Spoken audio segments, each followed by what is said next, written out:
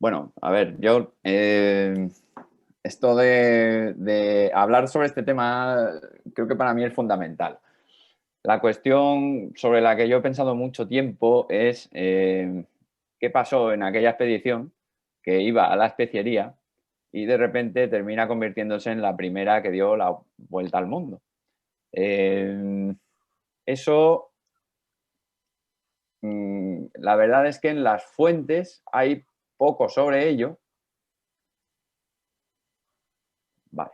En las fuentes hay poco sobre ello y da lugar también, yo creo, en parte a la interpretación. Desde luego, sí que estamos acostumbrados a oír diferentes interpretaciones sobre este hecho.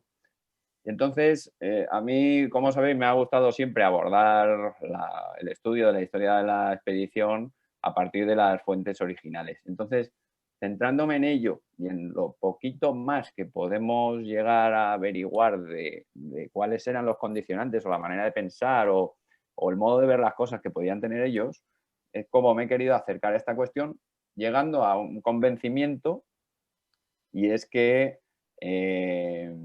tomaron la decisión de venir por donde lo hicieron, no porque fuera un camino más sencillo, más cómodo, que ofreciera algún tipo de ventaja respecto a dar la vuelta por donde habían venido, sino que al revés, sabían que iba a ser peor camino y pese a ello lo hicieron.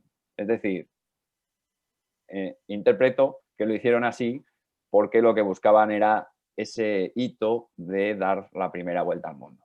Estaba en ellos ya esas ganas de querer conseguir y añadir ese gran éxito a lo que ya llevaban conseguido.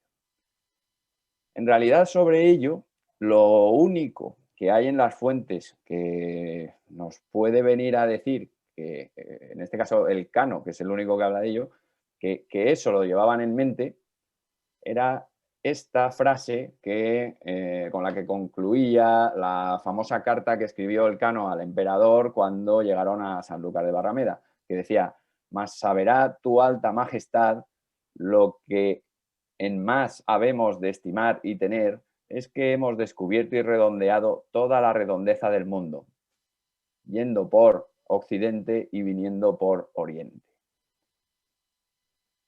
Para mí, esta es la gran frase sobre la que debe girar toda esta historia y toda esta reflexión. Entonces, vamos ahora a abundar en otras fuentes y en otros temas que nos van a dar información tangencial sobre esto, que es el tema para mí, pero no tenemos que olvidarnos nunca de esta gran frase, ¿vale? Después de haberle contado en una breve carta al emperador todo lo que había pasado durante el viaje, le dice: pero eso no es lo importante. Lo más importante es que hemos dado la vuelta al mundo. Es decir, para el Cano esto era lo más reseñable de todo lo que había hecho. A ver, porque aquí hay gente que está en la sala de espera. Ahora, como soy anfitrión. Bueno,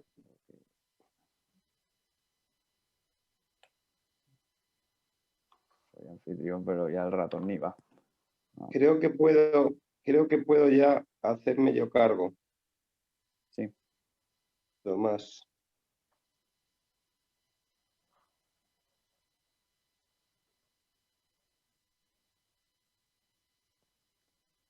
Bueno, es que creo que algo ha pasado porque, no sé, y ahora no puedo cambiar de página Bueno, ni tocar nada. Tomás, no te preocupes, yo voy mejorando, ya me salen los controles, entonces tú no te preocupes que voy a intentar volver a tener yo control para dar acceso a los que están en la sala de espera. Sigue tú con Vale, tu exposición. continúo. Venga, muy bien. Vale. Entonces, continuando con esto. La decisión esta de la vuelta cambió en el momento en el que se descubrió una avería en la nao Trinidad. Antes de ello, ambas naos iban a zarpar juntas. Y nos lo contaba el Cano, por ejemplo, en esta misma carta de la que venimos hablando. Queriéndonos partir de las islas de Maluco a la vuelta de España, descubrió una agua muy grande una de las dos naos, de manera que no se podía remediar sin ser descargada.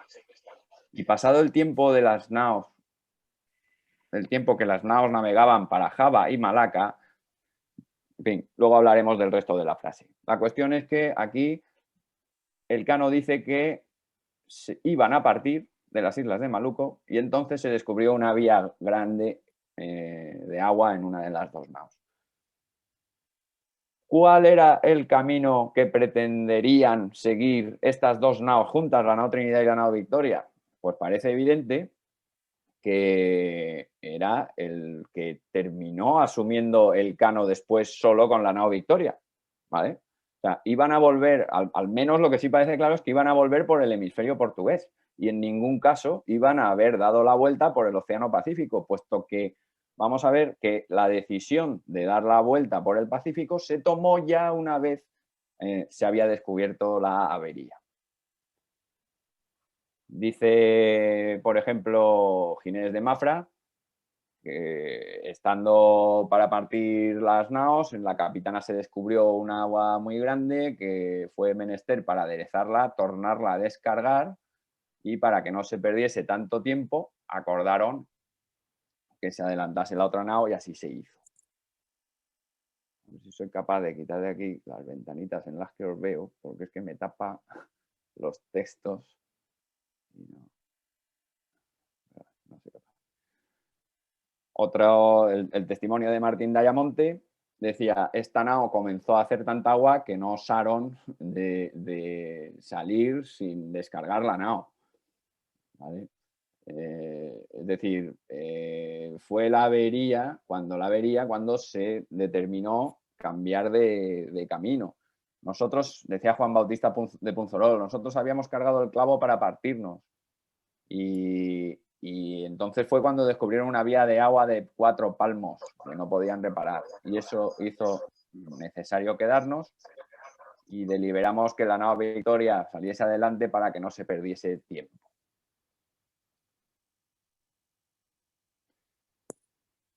Yo ahora sobre esto he pensado mucho también.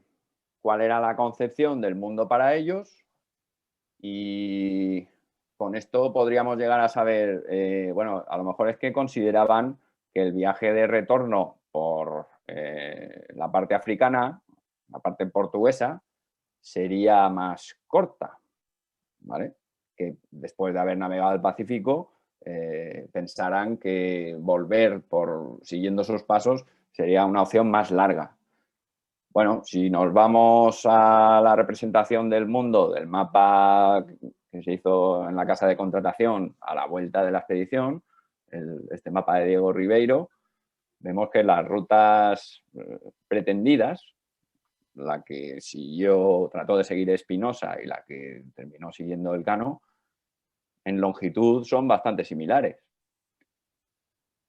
Si lo hacemos este mismo ejercicio sobre el mapa Kunzman 4, que era previo a la expedición, pues salimos con la misma idea, ¿vale? La longitud de la vuelta parecía que iba a ser la misma, haciendo, esto sí, el atajo de acudir a Panamá, en vez de volver por el Estrecho de Magallanes. Esa vuelta por el Estrecho de Magallanes sí que se descartó desde el primer momento por considerarse más dura.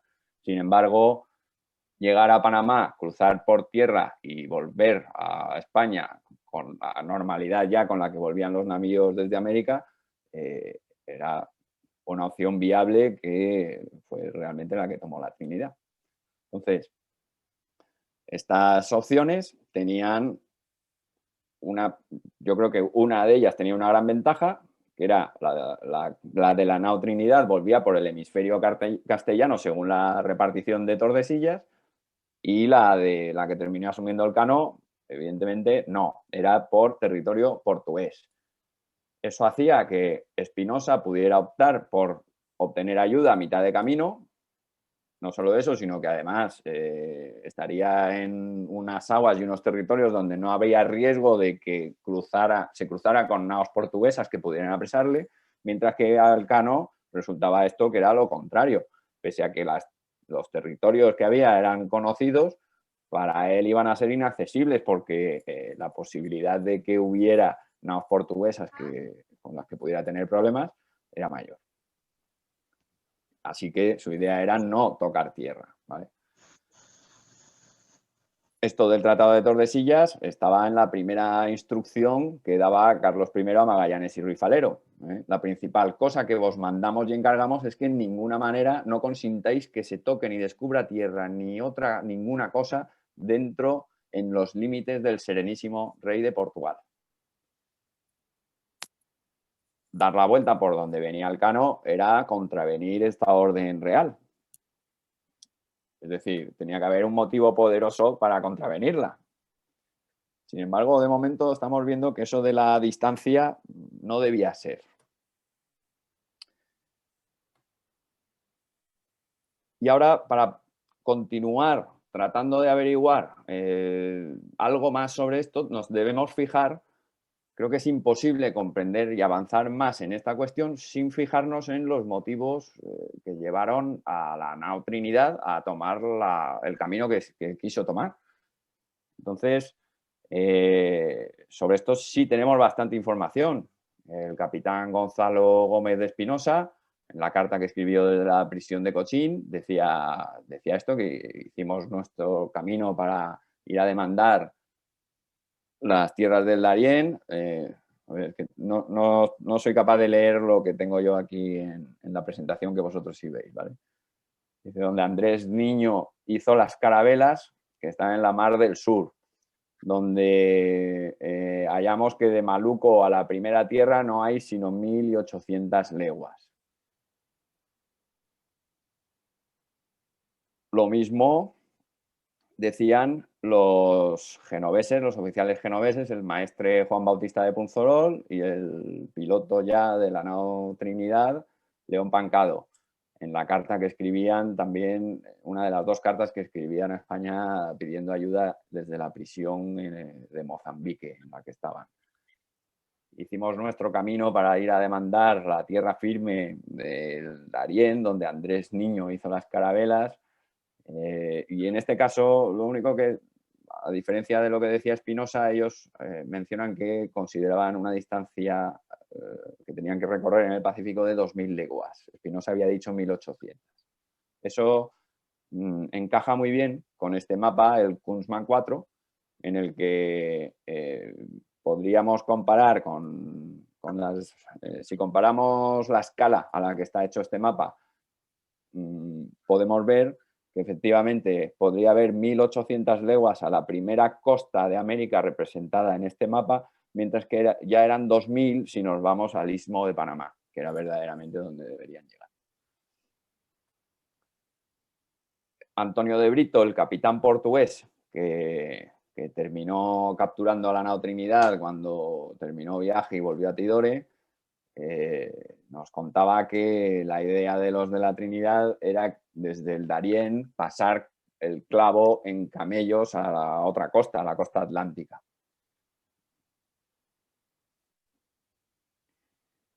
Esa costa del Darién, del Panamá, hemos visto que están mencionando a un Andrés Niño. Ese Andrés Niño había partido en la armada de Gil González Dávila con la idea de llegar a la costa atlántica, cruzar naves a la costa del Pacífico y empezar a explorar allí. Y tenían licencia para explorar 1000 leguas al oeste.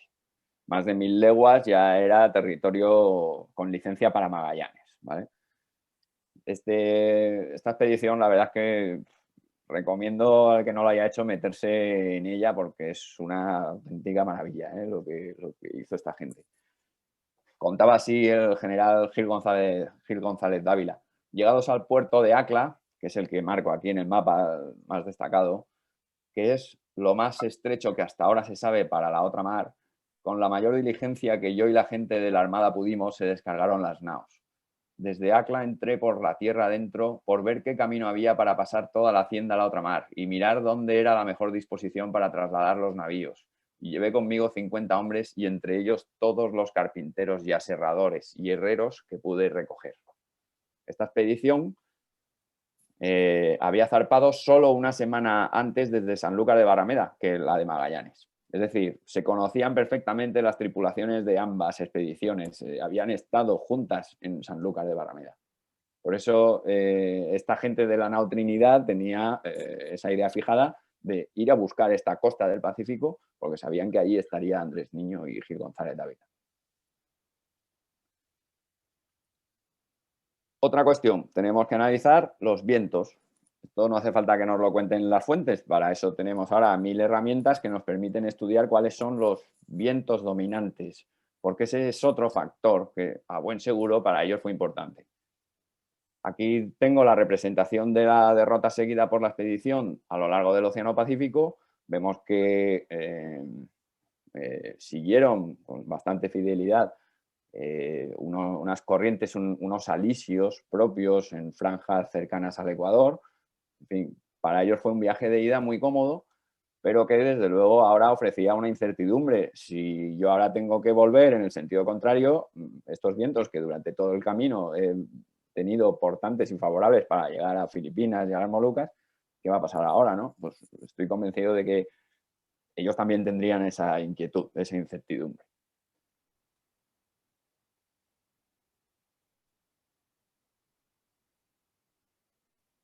Este es el camino que terminó haciendo la nao Trinidad. Zarpó de Tidore y, claro, esos vientos terminaron forzándole a navegar muy al norte y, bueno, al cabo de 5 meses de navegación muy difícil, pues no tuvieron más remedio que darse la vuelta y volver. Ese tornaviaje del fracasado Gonzalo Gómez de Espinosa, que tanto se le desdeña, si lo comparamos con el resto de las derrotas seguidas por los tornaviajes, los intentos de tornaviaje que hubo después, los de la nao Florida, de la expedición de Álvaro de Saavedra, fueron 2, los de la expedición de Villalobos, con Bernardo de la Torre, con Ortiz de Retes, y después ya los que sí tuvieron éxito de Alonso de Arellano y de Andrés de Urdaneta, pues bueno, vemos que la nao Trinidad no estuvo en absoluto desencaminada. La derrota mantenida por la nao Trinidad les podría haber llevado perfectamente a haber tenido éxito.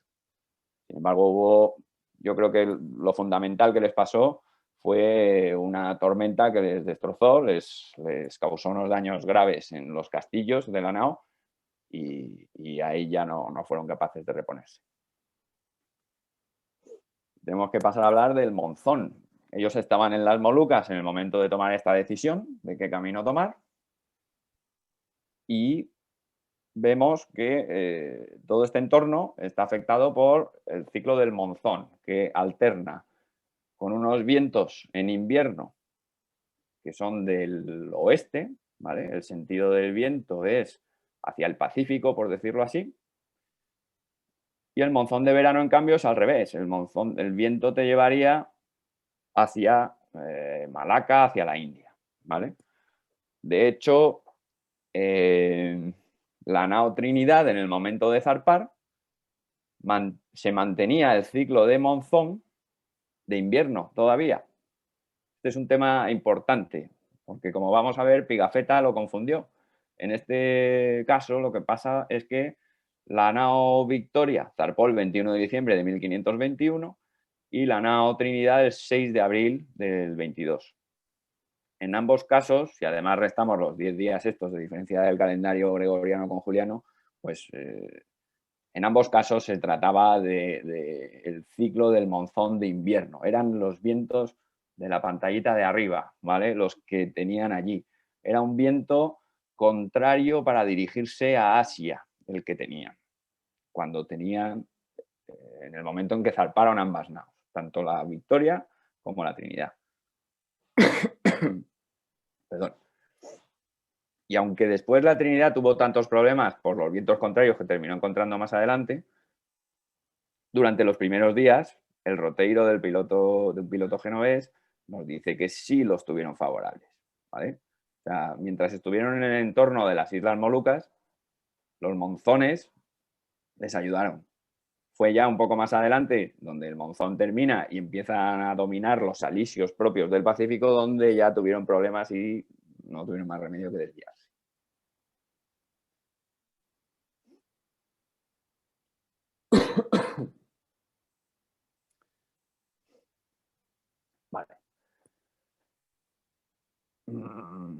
Esta gran frase es también de Elcano, en esa carta que escribía al rey al llegar a Sanlúcar. En esta frase, en lo que me quiero centrar es que Elcano decía que cuando querían partir de las islas de Maluco, ya había pasado el tiempo en que las naos van para Java y Malaca. Aquí Elcano está diciendo que conoce el ciclo del monzón. Sabe que ya no es tiempo, están en invierno, el viento es contrario para dirigirse a Java y a Malaca. ¿Vale? Entonces, ahora mismo está en una situación comprometida. Si él quiere dar la vuelta al mundo, no puede dirigirse al oeste. Se lo impide el viento.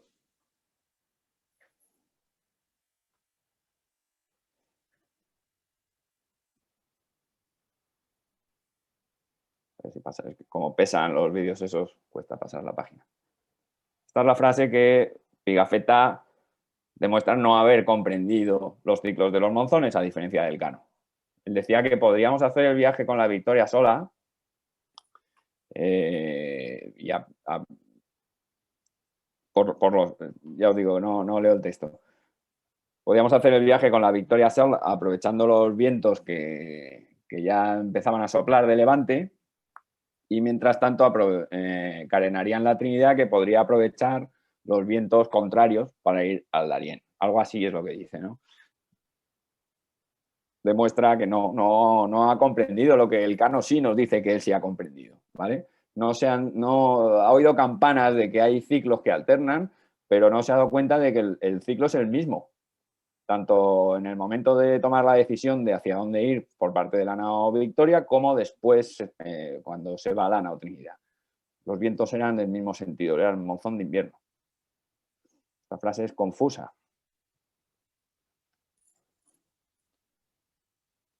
Otro que nos da nos viene a decir lo mismo, que ellos conocían el ciclo del monzón sin caer en ese error de Pigafetta, era Fernando de Oliveira, autor de la crónica, esta crónica famosa que está que se le suele conocer como el manuscrito de Leiden.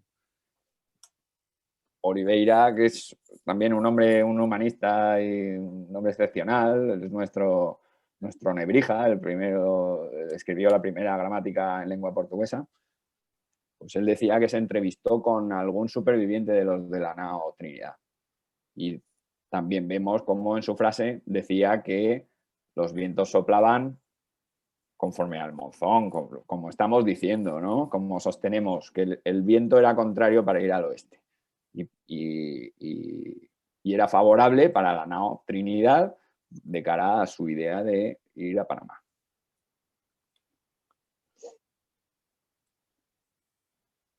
Y ahora el camino que realmente terminó siguiendo Elcano, por el Índico Sur. Es lo que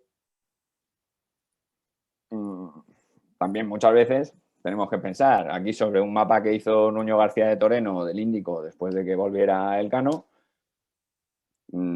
Hay que darse cuenta también de una cosa. Otro factor de riesgo para tomar esta ruta era que había una parte de ese... Ahora tenemos muy claro que eso es un océano, pero entonces no. Es que entonces no había pasado nadie por allí. Se conocían las costas africanas, asiáticas, Madagascar, pero todo ese recorrido que hizo Elcano hasta llegar cerca de la isla de Madagascar, nadie lo había hecho. Entonces, esto podía ser mar, podía ser tierra, podía haber sido cualquier cosa. Y ese era un factor de riesgo enorme de cara a tomar este camino, ¿vale? Martín de Ayamonte nos dice, la otra nao, cuando partió de Timor, daba la bomba 12 veces de día y 12 veces de noche. Y el maestre y el piloto, que eran griegos, querían ir por Malaca. Y el capitán, que era vizcaíno, no quiso. Y su intención de ellos era, según el dicho Martín, de ir a las islas de Maldiva para corregir su nao. Y de ahí hacer su camino para esas partes. ¿Qué pasa aquí? Pues bueno, de cara a uno pretender recorrer el hemisferio portugués para volver a España, pues lo más sensato habría sido esperar a que cambiara el ciclo del monzón, esperar a que pasara el invierno y ya con vientos favorables dirigirte pues, por la costa conocida, no por la desconocida, ¿vale? Eso es lo que nos cuenta Martín de Ayamonte que pretendían hacer el maestre y el piloto, Francisco Albo y Miguel de Rodas. No querían ir a Malaca propiamente, querían ir por Malaca y dirigirse a las islas de Maldivas, a las Maldivas, a arreglar su nao. Su nao estaba en muy malas condiciones, estaban dando a la bomba 12 veces de día y 12 veces de noche. Tratar de dar la vuelta al hemisferio portugués sin tocar tierra, que era lo que se terminó pretendiendo hacer, con una nao en la que tenían que estar trabajando con la bomba de esa manera, era una absoluta locura y una temeridad. Y el Cano, pese a ello, se empeñó. Y además el Cano. La ruta en azul era la que buscaban haber hecho estos dos oficiales. Acudir a Malaca, vamos, pasar por Malaca, dirigirse a la India. Las Maldivas están ahí, al sur de la India, ¿vale? Y después, pues bueno, no se meterían por el canal de Mozambique entre la isla de Madagascar, San Lorenzo para ellos, y la factoría que tenían los portugueses ahí en Mozambique. Irían, imagino, tratarían de ir por fuera, pero respecto a ese camino que habrían tenido que esperar para tomar, el Cano fue el que se empeñó en tomar la ruta verde, ¿vale? Bueno, no yendo a topar con la costa de Sudáfrica, eso fue lo que realmente pasó, pero no porque quisiera hacerlo. Y no quería hacerlo, lo vemos claramente en el derrotero de la nao, el que llegó en la nao Victoria, el que atribuimos todos a Francisco Albo, pero igualmente todos decimos que aquí está la mano del Cano. Él decía que a los 8 del dicho, del mes de mayo, se estaba refiriendo, no tomé el sol, no quiere decir que no es que no estuviera en bañador ahí en la cubierta, sino que no tomé el sol se refiere a con el cuadrante, a hallar la latitud en la que estaban, ¿no? Y el camino que hicimos, por el camino que hicimos, pensábamos que estábamos delante del cabo. En ese día 8, que es cuando topan con la costa sudafricana, ellos ya pensaban haber superado y haber dejado atrás el Cabo de Buena Esperanza, ¿vale? Cuando ellos adoptan esta derrota al noroeste, esta virada al noroeste que hace que choquen contra Sudáfrica, ellos ya pensaban que el Cabo les había quedado atrás. O sea, no pretendían tocar tierra, pretendían haber continuado viaje sin tocar tierra hasta España, ¿eh? Y esto fue una cosa accidental, que toparon tierra. El día siguiente, el día 9, dice que, bueno, esto lo pongo para que veáis que es que no se detuvieron. O sea, trataron de conseguir allí detenerse, anclar, buscar agua, pero es que no les fue ni siquiera posible hacerlo. Decían los 9 del dicho, tomé el sol, no tomé el sol, pero tomamos la tierra y surgimos en la costa. Surgir es anclar, que era muy brava. Y así estuvimos hasta el otro día. Y el viento nos saltó al sudoeste y por medio hicimos vela y fuimos de luengo de costa por hallar algún puerto para surgir y tomar refresco para la gente, que estaban los más dolientes, el cual no hallamos. Tomamos la vuelta del mar por estar en ello nuestra libertad. Eran plenamente conscientes de que corrían un grave peligro permaneciendo cerca de la costa africana. Estaba en ello su libertad. Si les encontraban los portugueses, les iban a pesar. Así que con esto ya concluyo. Podríamos ahora interpretar esto de mil maneras a lo mejor, pero creo que lo que las fuentes nos dicen es que la decisión de tomar la vía por el hemisferio portugués para volver, ellos no la consideraron más cómoda, ni mejor, ni por ser más corta, ni por ofrecer una mayor seguridad, ni por permitirles reponerse a medio camino. No había, o sea, ni por vientos, los vientos, Elcano al final lo que tuvo que hacer para salir de las Molucas, puesto que el monzón le impedía navegar al oeste, fue apostar por navegar al sur y a ver qué pasaba. A ver si yendo al sur terminaba alejándose de esas zonas afectadas por el ciclo del monzón y empezaban a entrarle vientos, pero era una apuesta por la que nadie nunca había apostado y él, esa parte sí que la desconocía. No sabía en el Índico qué iba a pasar, no conocía los vientos del Índico y entonces se dirigió al sur, que son los monzones sí le permitían a la nao hacerlo, y tuvo suerte. Le entraron vientos por fin cuando salió de Timor, que sí le permitieron dirigirse al Cabo de Buena Esperanza, pero eso no tenía ninguna certeza sobre ello. Eso sí que fue una apuesta personal del Cano, muy arriesgada. Y por eso creo que ellos tomaron este camino por dar la vuelta al mundo. No encuentro otra explicación lógica para que esta gente decidiera tomar el camino que tomó, más que su deseo de ser los primeros en dar la vuelta al mundo. Y bueno, y esto es mi manera de verlo. Como veis, las fuentes no son lo suficientemente explícitas que a lo mejor a todos nos hubiera gustado. Nadie dice claramente eso en una frase, ¿no? Salimos de allí porque queríamos dar la vuelta al mundo, eso no lo dicen las fuentes. Pero Elcano cuando llega dice que eso es lo más importante que han hecho y podemos deducir por lo que decían los de la Trinidad en el momento de tomar su decisión y por los condicionantes de los vientos, que sí podemos saber que tenían, y además sabemos que eran conscientes de la realidad de los ciclos de los vientos existentes, pues mi manera de verlo es que esto fue así, que tomaron ese camino de manera consciente ya desde el principio.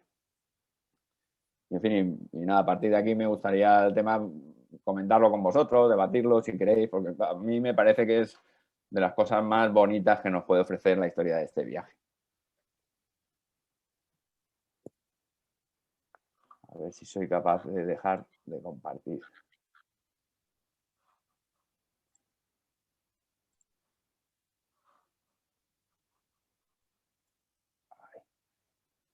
Vale.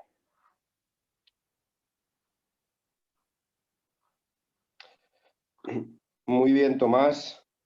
Pues muchas gracias por esta Un aplauso, ¿no? Como todas las tuyas. Después de esta magnífica interpretación de los vientos en el mundo, pues a mí me entra la tentación de llamarte Tomás Monzón en vez de Tomás Mazón. Sí. No sé si había algo ahí. Estuvieron mis padres cerca de acertar. Sí, sí, sí. Bueno, antes de compartir, digamos, y de debatir sobre lo que nos ha contado Tomás y sobre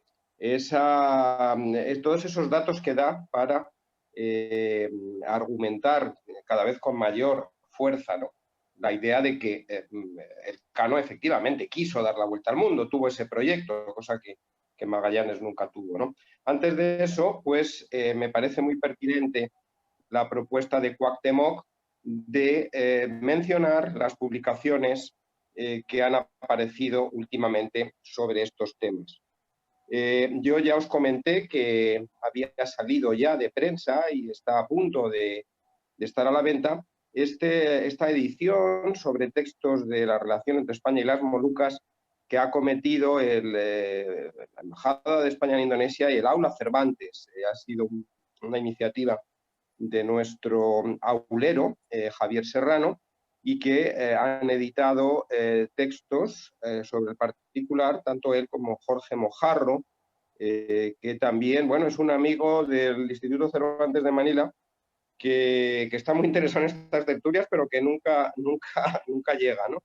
Yo le invito todos los días, pero Jorge, por H o por B, no ha podido entrar. Pero bueno, ha trabajado también en esta edición, junto a la segunda jefatura de la embajada, que ha tenido también una labor muy importante en la edición de imágenes. Dicho esto, paso la palabra a Cuauhtémoc para que nos hable sobre novedades referentes al tema del galeón, tema muy, muy ligado naturalmente al tema de nuestra tertulia. Adelante, profesor Villamar. Muchas gracias. Efectivamente, dentro de los libros que han aparecido recientemente sobre el Galeón de Manila, vamos a llamarlo en general, está en primer lugar este libro que se acaba de mencionar sobre que se llama En el archipiélago de las especierías, de la especiería, España y Molucas en el siglo XVI y XVII, y como se ha dicho, está editado por Javier Serrano Avilés y Jorge Mojarro Romero. Voy a pasar las notas de las fichas bibliográficas básicas y propongo, como siempre, a Paco para que desde su correo él pueda remitirlo a todos los tertulianos, si está de acuerdo. Un segundo texto es un libro en línea, editado por dos arqueólogos chinos, bueno, en realidad son 3 arqueólogos subacuáticos, 2 de ellos chinos, Chuming Wu y Miao Liu, y el arqueólogo mexicano Roberto Junco Sánchez, y se llama Archaeology of Manila Galleon Seaports and Early Maritime Globalization. Obviamente está en inglés, está editado por Springer en Singapur con fecha de 2019. Es una compilación de ensayos muy interesante donde se habla con base en los descubrimientos arqueológicos en las Filipinas, en Taiwán, en Japón, en México, en la costa mexicana, sobre las cargas del galeón.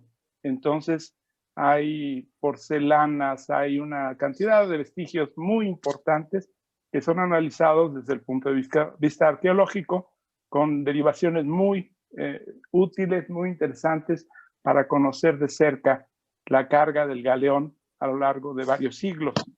Este es un libro que algunos de los capítulos son gratuitos y se pueden revisar en línea. El tercer libro es uno un poco más especializado en temas económicos, que está editado por un profesor español avecindado en Shanghai y que trabaja en la Universidad Jiao Tong en Shanghai. También no es un libro, es una revista editada en España, en línea, la revista de Historia Económica, el volumen 38, número 3, del Instituto Figuerola, de la Universidad Carlos III de Madrid, con fecha 2019, aunque realmente acaba de aparecer. Este es Creating Global Demand, Polycentric Approaches, sería más o menos la creación de la demanda global, enfoques policéntricos, el encuentro entre la plata y la seda en China y en los imperios ibéricos durante la Edad Moderna Temprana. Esto tiene 6 capítulos, 6 ensayos de primer nivel, verdaderamente, porque están en estos dos autores que son famosísimos en términos de historia económica y que han estudiado sobre todo el flujo de la plata hacia China, Japón, hacia China y Asia, y que hacen una revisión de los temas de las cantidades de plata que fluyeron vía el Galeón de Manila, comparado con la demanda aparente en el consumo chino y cómo se transformó también la economía china. Estos ensayos son de un gran valor porque están revisando esta temática después de prácticamente 3 o 4 décadas de discusión sobre cuánto fue lo que verdaderamente manejó el Galeón de Manila. Este texto tiene acceso gratuito, creo que solamente por unos cuantos días, y lo voy a enviar de inmediato a Paco para que lo distribuya, las 3 fichas. Hay otros materiales. With nuts. Hay otros materiales, ¿perdón? With nuts and banana. Bueno. Hay otros materiales que son quizás un poco demasiado especializados o alejados del Galeón, pero que son de mucha importancia, como son una historia global una discusión sobre la historia global desde el punto de vista del acercamiento por el Pacífico, China y el mundo. Pero por el momento solamente planteo estos tres que son de lectura más accesible, y afortunadamente por un tiempo están algunos textos, por lo menos un primer capítulo, etcétera, disponible en internet, en línea. Es todo. Muy bien, Cuauhtémoc, muchas gracias por esta magnífica reseña bibliográfica, que yo creo que puede ser una sección fija. Aquí el riesgo es que cuando alguien hace algo bien, se le encomienda ya que lo haga continuamente, ¿no? Como Paco Moreno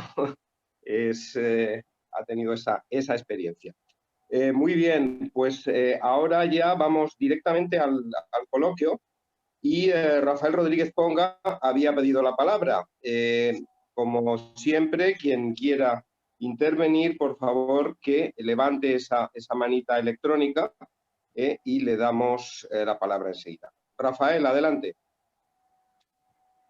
Hola, muy buenas a todos desde Barcelona.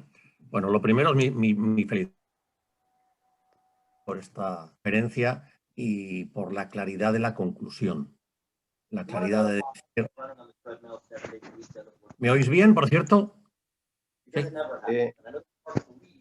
Sí, por favor, quien no tenga el uso de la palabra, que mantenga el micrófono cerrado para que podamos entender bien a la persona que habla. Adelante, Rafael. Sí, que me ha encantado la conclusión de insistir en que fue una apuesta personal del Cano y que era perfectamente consciente del rumbo que estaba tomando y de los riesgos que asumía.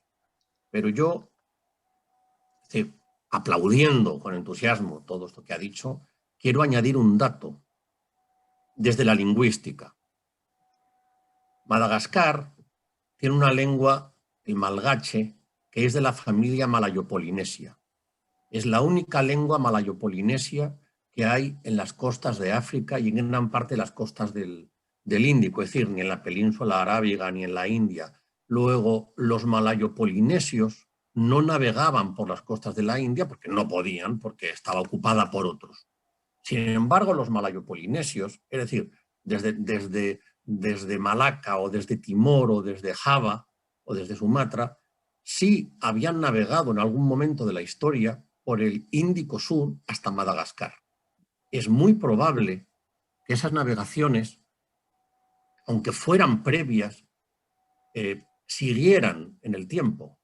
Es muy probable que el Cano tuviera algún dato y que incluso conociera a alguien en Timor o en algún otro sitio que le dijera que sabía que esa navegación era posible. Porque los propios malayos, y tengamos en cuenta que en Timor, en Malasia, en lo que hoy es Timor y lo que hoy es Malasia, lo que hoy es Indonesia, lo que hoy es Brunei, como Filipinas, todos esos países tienen lenguas malayo-polinesias. Lenguas, en el sentido más amplio, si queréis, de la gran familia austronesia. Y Madagascar también. Luego, esas navegaciones existieron. Es muy probable que él tuviera ese dato. Es muy interesante lo que ha dicho Tomás sobre los monzones en relación con las interpretaciones que hacen Pigafetta y el Cano. Pigafetta no era marino, luego no sabía interpretar esos datos. El Cano sí era marino, y un marino bien experimentado, era un hombre de mar de verdad. Por tanto, el Cano sí sabía interpretar cada pequeño dato que le dieran sobre los vientos, sobre la época del monzón o sobre la ruta marítima para ir a Madagascar. Entonces, creo que desde la lingüística se nos da una hipótesis más de que el Cano podía tener un dato de que ese viaje sí era posible y hasta supiera más, hasta cuántos días. Esto es todo. Muchas gracias, Y Rafael. mis felicitaciones nuevamente, Tomás. Muchas gracias. Y sobre Interesantísima, todo es que... creo yo, interesantísima la precisión y además con una fuerza tremenda, claro. tuvo que haber contactos previos de los pueblos del Pacífico con Madagascar, ¿no?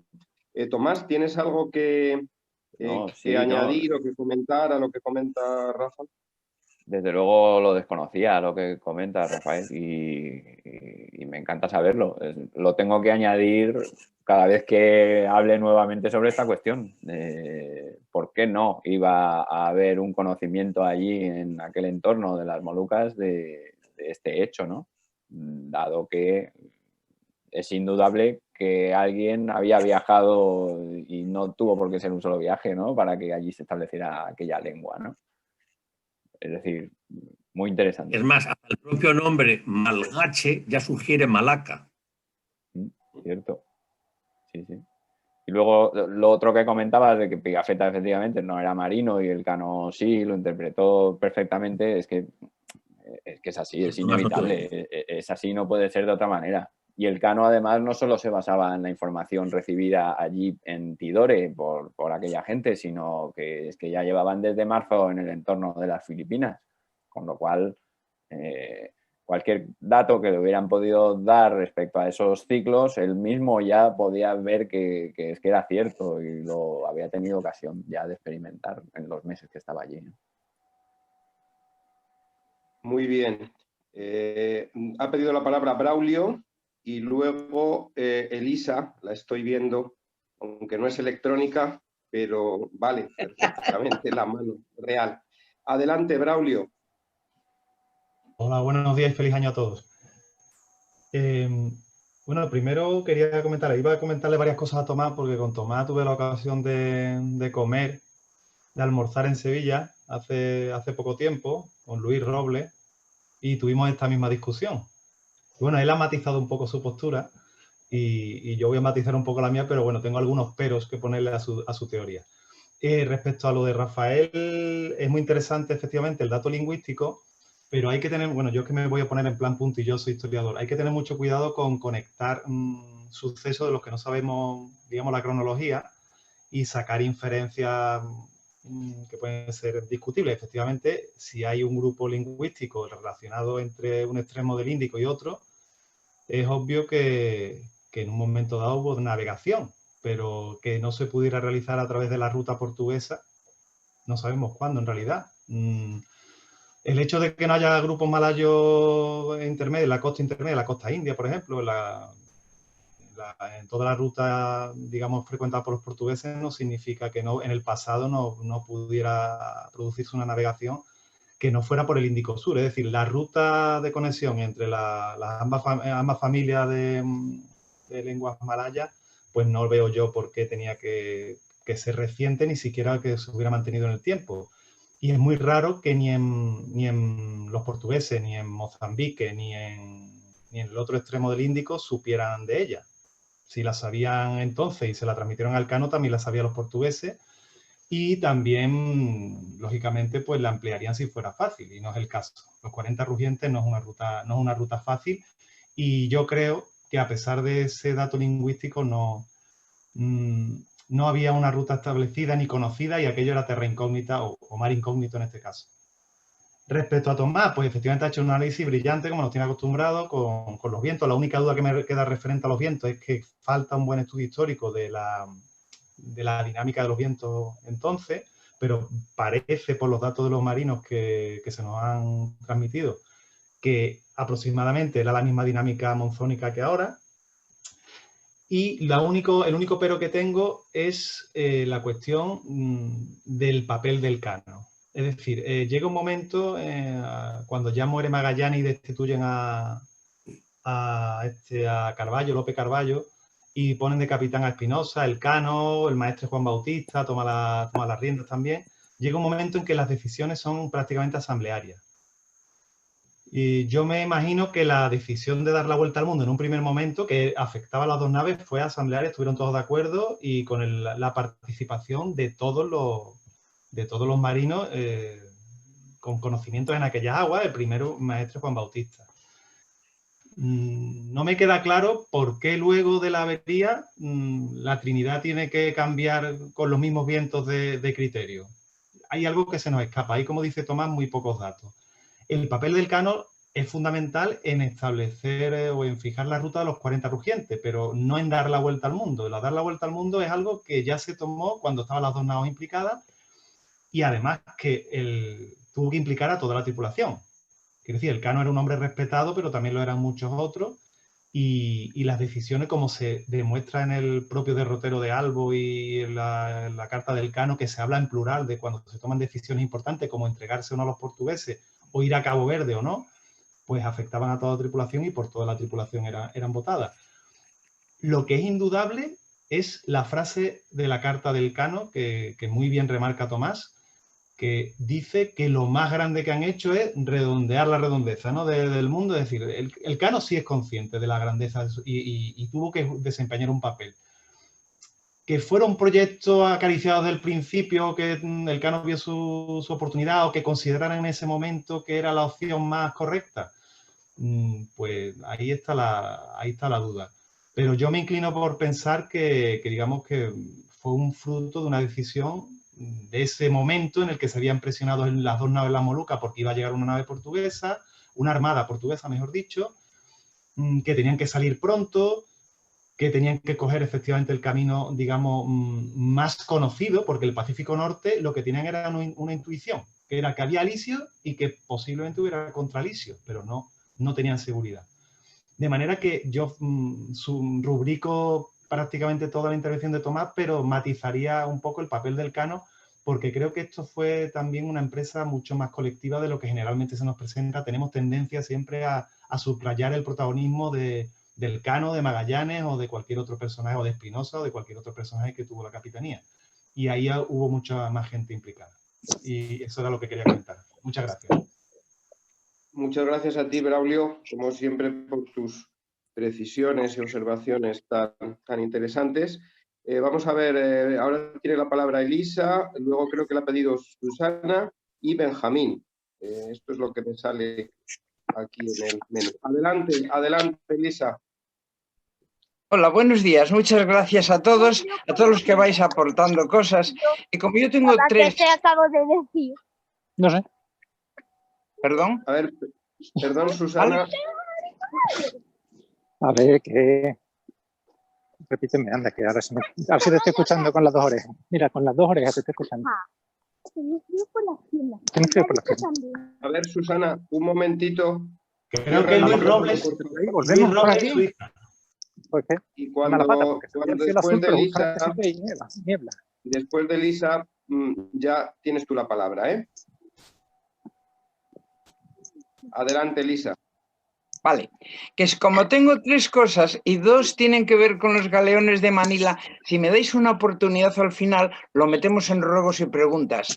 Entonces, ahora simplemente a Tomás y a los que habéis aportado algo más, Braulio y demás, ¿estáis seguros que hubiera sido más fácil volver por el Pacífico con lo que se sabía entonces, poco o nada, de corrientes de vuelta ni de vientos?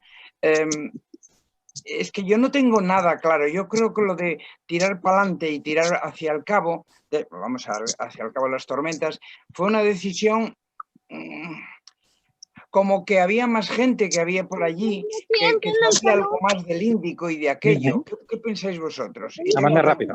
Andando rápido. Sí, ¿qué acabo de decir? ¿Que estás entrando en calor?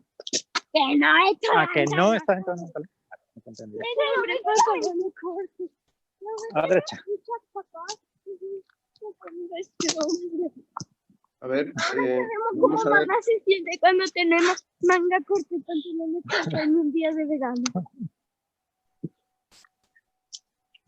Vamos a ver, se está metiendo una voz ahí que no puedo controlar. Vamos a ver. Bueno, parece que ahora ya. Bueno, pues Tomás, Braulio, ¿qué tenéis que decir a la observación de Elisa? Sobre el Pacífico, dar la vuelta por el Pacífico, efectivamente, ellos segurísimo que eran conscientes de la dificultad que podrían encontrarse y que quizá buscando la analogía del Atlántico, a lo mejor hacia el norte encontraban un contralisio, ¿no? continuar el viaje como algo hacia el oeste, como si fuera algo natural, es lo que trato yo de hacer comprender que no es así. Implicaba unas dificultades añadidas respecto al viaje dando la vuelta por el Pacífico, infinitas. El hecho de buscar no tocar tierra ya por sí solo ya creo que es suficientemente explícito, ¿no? Es como que lo conocido te estorba. Para el camino que hizo Elcano, dice, no, es que quiso, a lo mejor acaba la interpretación, quiso continuar por lo conocido. Bueno, pues es que él quiso alejarse de lo conocido, le estorbaba lo conocido para él implicaba un peligro. Se fue por lo desconocido. Y es mi manera de verlo. El Pacífico, en cambio, también era desconocido, evidentemente, porque el Pacífico solamente se había recorrido por ellos mismos durante la ida y a saber lo que había en ese Pacífico Norte o en cuanto te desviaras de la ruta seguida en el camino inicialmente traído, ¿no? Pero claro, ¿por qué? Esto es lo que decía Braulio antes también. ¿Por qué la Trinidad decide cambiar y volver por el Pacífico una vez se descubre esa avería? Hemos visto que no era por los vientos, había otro motivo. ¿Cuál es ese motivo? Pues algo se nos escapa. Interpretaciones, pues cada uno podemos tener la nuestra. La mía es que consideraron ese viaje más conservador. La vuelta por el hemisferio portugués, puesto que no iban a tocar tierra, suponía una navegación de muchísimos meses que iba a ser mucho más larga que atravesar el Pacífico, por muy grande que fuera el Pacífico y por muchas dificultades que ya conocieran iban a encontrar en el Pacífico. El Pacífico tenía una cosa, hay unos alisios que voy a tener que esquivar. Vale, bueno, pues mira, ya lo sé, pero ¿y en el Índico? Es que en el Índico no sé nada absolutamente de lo que me voy a encontrar, ni alisios, ni contralisios, ni absolutamente nada. ¿Vale? Entonces, creo que era más arriesgado tomar la decisión del Índico Sur que volver por una parte donde al menos puedes suponer que vas a tener que desviarte al norte o al sur para buscar unos vientos contrarios a los que trajiste a la ida. Y en cualquier caso, te estás evitando el riesgo de que los portugueses te detecten porque por allí no van a andar. Creo que eso fue determinante a la hora del cambio de idea que hizo la gente de la Trinidad en el momento de encontrarse en la avería. También me gustaría, sobre el tema de Braulio y el no focalizar esta cuestión directamente en Elcano. Yo, a ver, eso estoy de acuerdo también, claro que sí. Sí le doy a Elcano, por la cita de Martín de Ayamonte, que decía que se enfrentó a sus oficiales que preferían haberse detenido en Maldivas, la iniciativa de la elección del camino del Índico Sur. Es como si cuando quisieron dar la vuelta al mundo, ambas naves juntas, hubieran determinado volver por Malaca. Me da esa impresión, esa cita. Y dices, piensa uno, joder, ¿y cómo se atreven a volver por Malaca puesto que ahí había un riesgo de ser apresado tan grande? Y puesto que además sabían que venía la Armada Portuguesa a darles caza, por ahí, por Java y Malaca, y es que se iban a cruzar con ella, si van por ahí, ¿no? Y otra cosa, iban a tener que esperar en Tidore varios meses hasta que entrara el monzón de verano y poder entonces optar a llegar hasta allí gracias a los vientos favorables del monzón de verano. En fin, no está claro en absoluto, por tanto, cuál era la derrota a seguir cuando ambas naos decidieron zarpar juntas, aunque yo sí estoy convencido de que buscaban dar la vuelta al mundo juntas, no volver por el Pacífico juntas, ¿vale? O sea, eso del Pacífico sí en las fuentes aclara que fue una decisión tomada ya después de la avería de la Trinidad, antes no. De modo que fue, yo creo que también motivada por factores que ellos consideraron que esa ruta era más conservadora, fueran los que fueran. Y era más arriesgado volver por el hemisferio portugués y desde luego mucho más arriesgado hacerlo por el Índico Sur que por Malaca, deteniéndose a mitad de camino en Maldivas, ¿no? Por eso este tema evidentemente da lugar a estos debates, ¿no? ojalá las fuentes fueran más explícitas, no lo son, son las que hay. Pero en el fondo, que el Cano tuviera un papel más relevante que los demás en esta toma de decisión, pues puede que no. Todo el mundo a lo mejor quería dar la vuelta al mundo. Supongo que para los de la Trinidad fue una decepción optar por renunciar a ella. Pero lo que parece más evidente es que el camino finalmente decidido sí fue el Cano quien se empeñó en tomarlo. Y sus oficiales, en cambio, no eran tan atrevidos, preferían no meterse por esa mar ignota, preferían ir por una costa más cercana conocida por los portugueses, arriesgarse a ser apresados y preferían eso antes que lo que parecía ser una muerte bastante segura, que era atravesar ese Índico tan grande y tan ignoto. No lo sé. Sí que hay una cosa que a mí me da que pensar también. Cuando Gonzalo Gómez de Espinosa regresa a las Molucas, ya después de su intento de tornaviaje, él manda al escribano de la nao a pedir ayuda al capitán Antonio de Brito, al capitán portugués, que ya los moluqueños le habían dicho que estaba allí. Y el razonamiento con el que él le pide ayuda es como decir que mi rey y el tuyo son amigos. O sea, es como que Gonzalo Gómez de Espinosa no veía que necesariamente a lo mejor un capitán portugués se portara con él de forma como se terminó portando, ¿no? No lo tengo del todo claro. A lo mejor Espinosa pensaba que el capitán portugués de las Molucas podría colaborar con él, de alguna manera. Y se encontró con una postura muy beligerante. No lo sé, pero desde luego, no sé, ahí en la carta esta que envía al rey ya pidiendo ayuda, sí dice que envía a un escribano para dar aviso diciendo que, puesto que eran naos de su majestad, que les sirvieran ayuda, ¿vale? Sí. Tomás, si me permite una cosa. Bueno, esto de los portugueses, ellos eran muy conscientes de que los portugueses eran enemigos allí. La carta la envía, claro, en esos términos, porque, claro, no puedes hacer otra cosa. Tiene la tripulación medio muerta. Pero le quería comentar a Elisa que hay un factor que siempre se nos escapa. ¿Por qué la decisión de la Trinidad una, estando la Trinidad en mejor estado, porque llevan 4 meses reparándola, prácticamente la rehacen?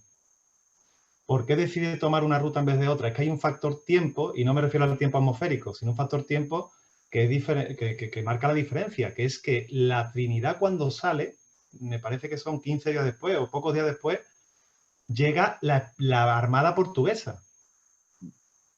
Es decir, si de Tidore le dicen, oye, esta gente han salido y han tirado para el oeste, la Armada portuguesa va detrás de ellos y no, vamos, no todas, con que hubiera 3 barcos detrás de ellos, los cazan. Sin embargo, por el Pacífico Norte no hay peligro de cruzarse con los portugueses. Es algo que tienen muy presente durante todo el viaje desde el mismísimo principio del viaje, con intentos de asesinato de Magallanes incluido en Castilla, antes de salir. Porque Portugal quería por todos los medios boicotear la empresa. Entonces es otro factor que yo creo que también les anima a coger otro camino que no sea uno por el que pueden transitar naves portuguesas. Creo, ¿eh?